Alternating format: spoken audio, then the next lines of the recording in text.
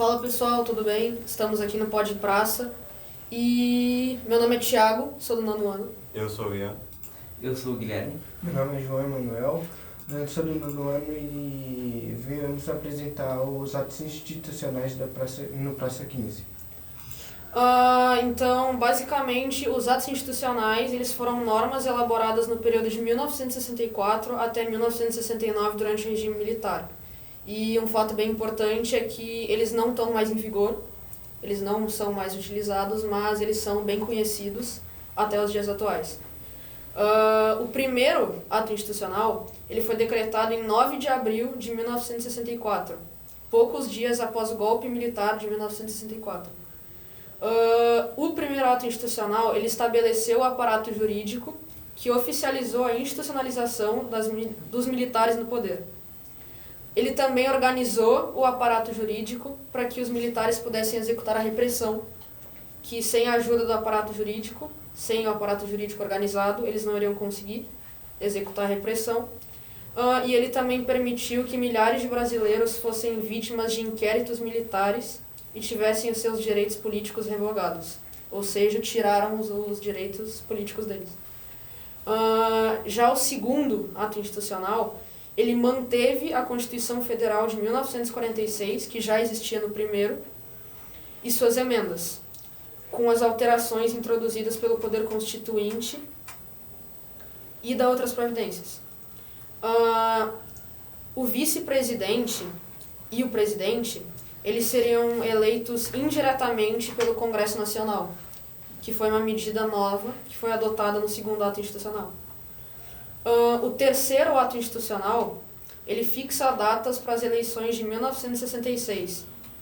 Ele também dispõe sobre as eleições indiretas e nomeação de prefeitos das capitais, e é isso sobre ele. Já o quarto ato institucional, ele convoca o Congresso Nacional para votar, discutir e promulgar o projeto da Constituição apresentado pelo Presidente da República. E o último dos principais atos, que é o quinto, ele foi um decreto governamental que inaugurou o período de maior rigidez da ditadura militar. Foi aí que a ditadura militar ganhou um aprofundamento na rigidez, ficou mais rígida, e tornou claro o autoritarismo imposto pelos militares no Brasil. E esse ato foi responsável pela cassação dos direitos políticos. E uma coisa muito importante sobre a minha parte, do primeiro ato institucional até o quinto, é que os primeiros 5 atos institucionais eles foram os principais na época. O ato institucional número 6, editado em 1º de fevereiro de 1969, reduziu de 16 para 11 o número de ministros do Supremo Tribunal Federal, aposentando compulsoriamente Antônio Carlos Lafayette de Andrada e Antônio Gonçalves de Oliveira.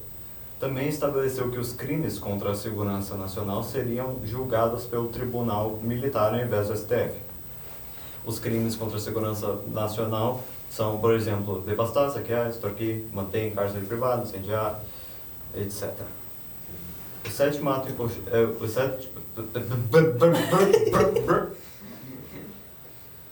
O sétimo ato institucional, de 16 de fevereiro de 1969, suspendia todas as eleições até novembro de 1970. O ato institucional número 8, editado em 2 de abril de 1969, estabelecia que os estados, o Distrito Federal e os municípios com mais de 200 mil habitantes poderiam fazer reformas administrativas por decreto. O ato institucional 9, editado em 25 de abril de 1969, por Costa e Silva, dava poder ao presidente para entregar as atribuições para desapropriação de imóveis rurais por interesse social, sendo-lhe privativa a declaração de zonas prioritárias. Estabeleceu também a indenização com títulos da dívida pública por 20 anos com correção monetária.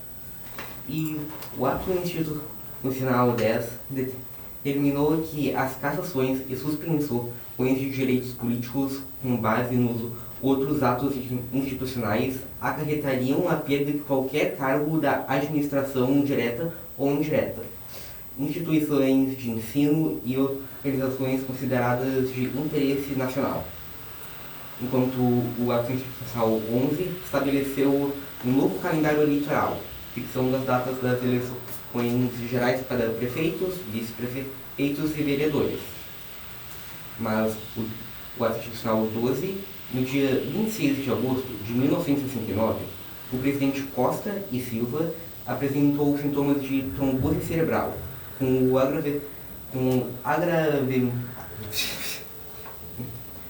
Institucional 12, no dia 26 de agosto de 1969, o presidente Costa e Silva apresentou sintomas de trombose cerebral. Com o agravamento do Estado, o alto comando das Forças Armadas se reuniu e editou o Ato Institucional 12 em 30 de agosto, estabelecendo que uma junta militar composta pelos ministros militares assumia o poder e não o vice-presidente Pedro Aleixo, como mandava a Constituição. E daí, o Ato Institucional 13 estabelecia que o banimento do território nacional de pessoas perigosas para a segurança nacional. Os atos institucionais.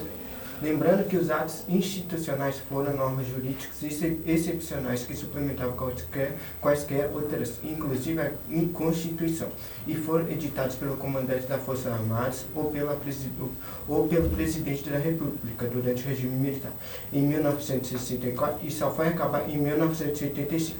Ao todo, foram 17 atos editados entre abril de 1964 e outubro de 64 pelos governos militares do Brasil. Por sua natureza, estariam acima da Constituição e deveriam modificá-la livremente, não sendo possível nenhuma outra força política lhes alterasse ou negasse validade, como poder legislativo, judiciária ou aprimoraria a população. Por isso, os atos institucionais são marca de um período ditatorial.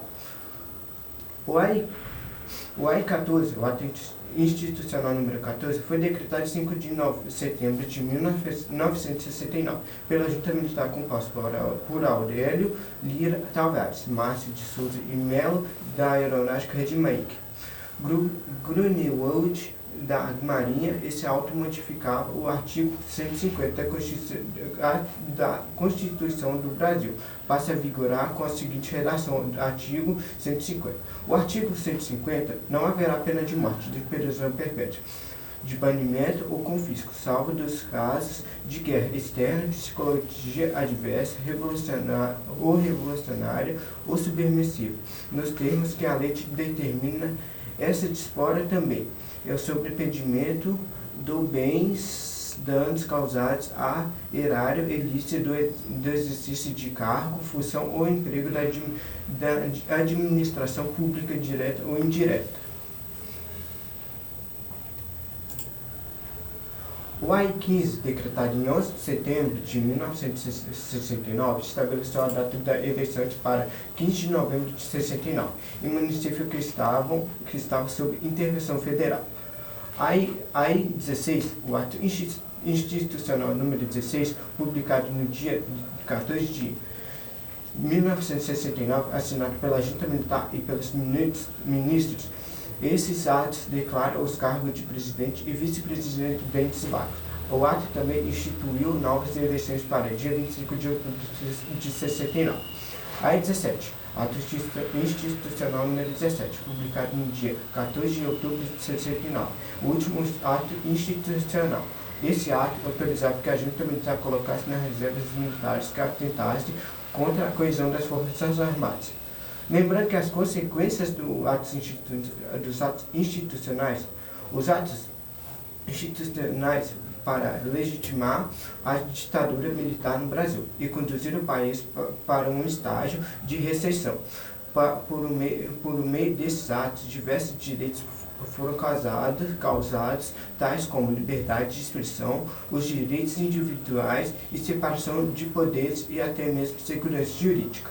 Esses atos alteram a forma de governo do país, que de uma democracia foi transformada em uma autocracia. Ademais, esses atos também viabilizaram a ocorrência de tortura, perseguição, prisões arbitrariais, violência policial e diversos outros atos de violência bruta.